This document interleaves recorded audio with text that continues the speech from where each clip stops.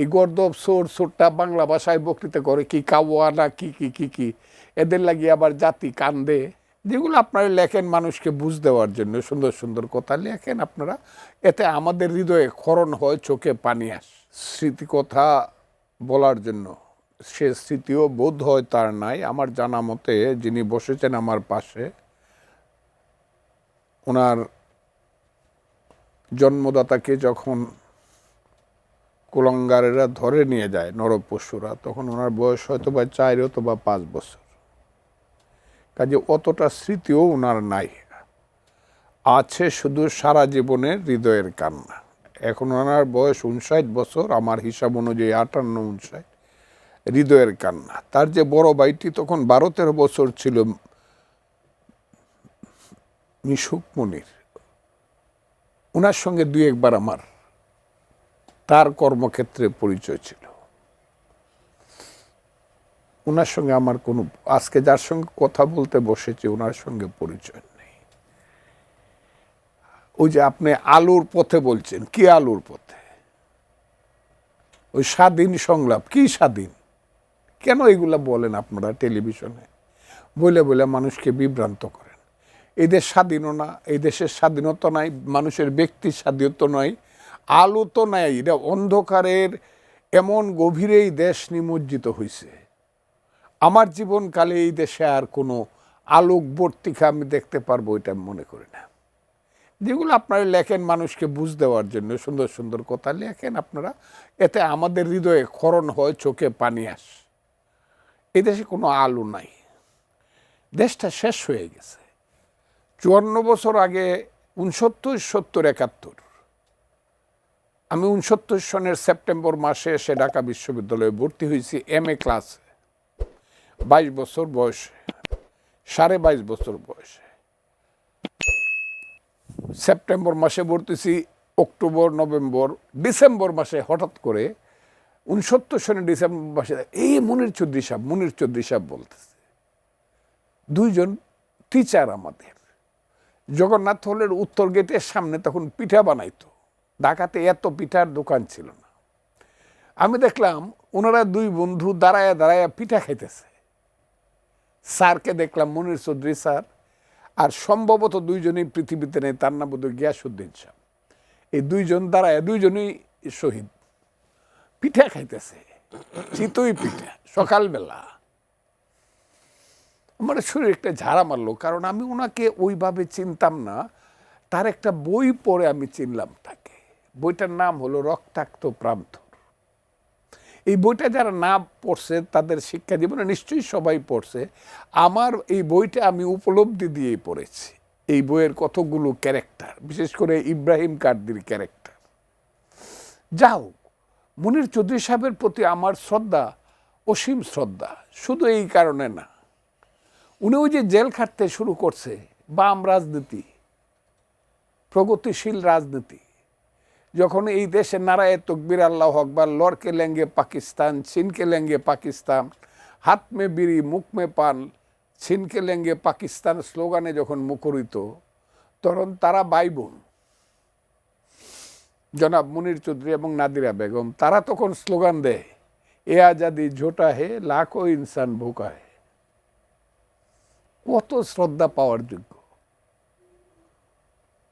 MN রায়ের শিষ্য তারা, মানবেন্দ্রনাথ MN রায়ের কথা বলে, আমাদের সন্দীপের সেই কাকা মুজাফফর, কমরেড মুজাফফরের কথা বলে তারা বিরোধী রাজনীতি করে জেলে জেলে যাচ্ছে, আসছে, আবার জেলে যাচ্ছে।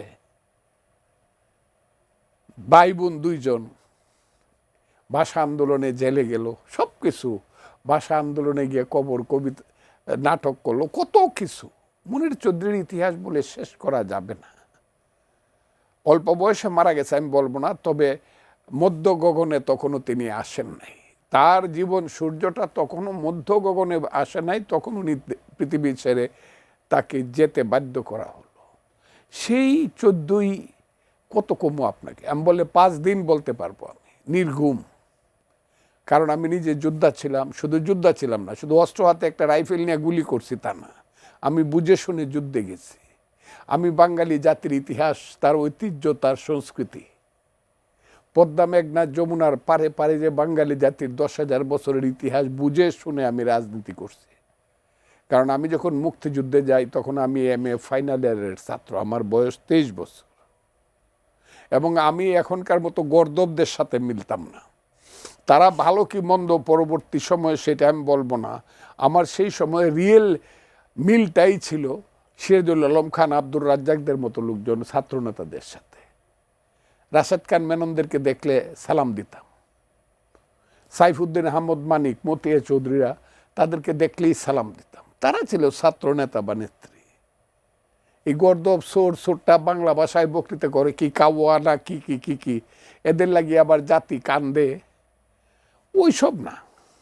কাজেই আমি যে কথাটা বলতে চাই, সেইখান থেকে রাজনীতি করতে করতে করতে করতে একটা পর্যায়ে যখন তাদের ভাষা আন্দোলন, তাদের চিন্তায় চেতনায় বাঙালি জাতি যখন এক জায়গাতে আসলো, এবং তাদের চেতনার স্তরটা যখন একটু সংশোধিত হয়ে 60-এর দশকের দ্বিতীয় পর্যায়ে আইসা 66 সনে যখন এটা জাতীয়তাবাদী রূপ নিল, বাঙালি জাতীয়তাবাদী আন্দোলনের প্রগতিশীল বাঙালি জাতীয়তাবাদী রূপ, এবং যখন স্লোগানটা আসলো তুমি কে আমি কে বাঙালি বাঙালি, তোমার আমার ঠিকানা পদ্মা মেঘনা যমুনা, শ্রেষ্ঠ স্লোগান।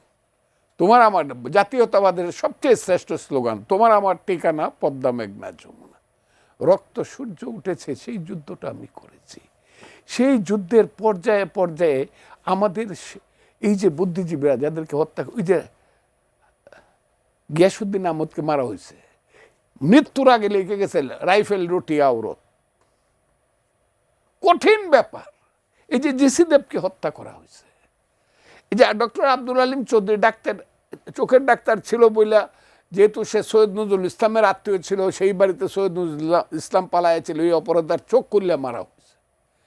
তাদের দুর্ভাগ্য হলো তারা বাবার লাশটা পায় নাই, বা তার আম্মা তার স্বামীর লাশটা পায়, এটা তাদের দুর্ভাগ্য। আমিও মনে করি এটা দুর্ভাগ্য। কিন্তু মুনির চৌধুরীদেরকে হত্যা করার কারণটা হলো এই দেশটাকে মেধাশূন্য করা, বাঙালি যাতে সামনের দিকে আগাতে না পারে, তার চোখটাকে তুলে ফেলা, যাতে অন্ধকার সব। সেই মুনির চৌধুরী সাহেবদেরকে হত্যা করা হইল, ওই যে বিচারের কথা বলেন, এই কথা বলেন, ওই কথা বলেন। আমি বলবো এখানে কিছুটা গাফিলতি আছে, 72 থেকে 75-এর সরকারের কিছুটা গাফিলতি আছে, কিন্তু ইচ্ছার কোনো ত্রুটি ছিল না। একটু সময়, তারা মনে হয় সময়টা পাচ্ছে আস্তে আস্তে করি, কিন্তু সময়টা কিন্তু চলে যাচ্ছে।